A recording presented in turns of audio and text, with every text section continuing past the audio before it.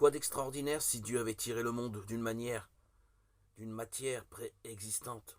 Un artisan humain, quand on lui donne un matériau, en fait, tout ce qu'il veut, il en fait selon ses besoins et ses désirs. Tandis que la puissance de Dieu se montre précisément quand il part du néant pour faire, lui, ce qu'il veut.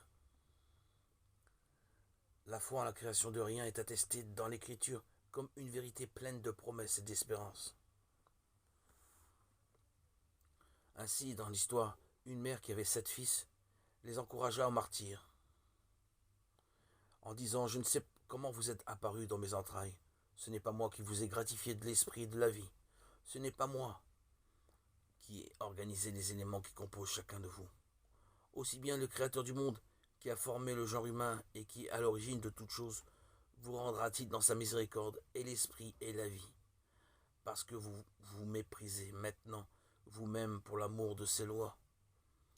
Mon enfant, regarde le ciel et la terre et vois tout ce qui est en eux, et sache que Dieu les a faits de rien,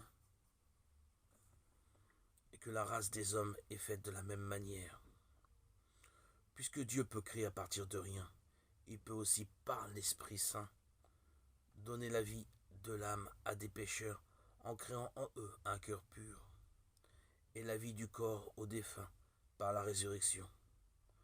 Lui qui donne la vie aux morts et appelle le néant à l'existence, Romains 4, 17.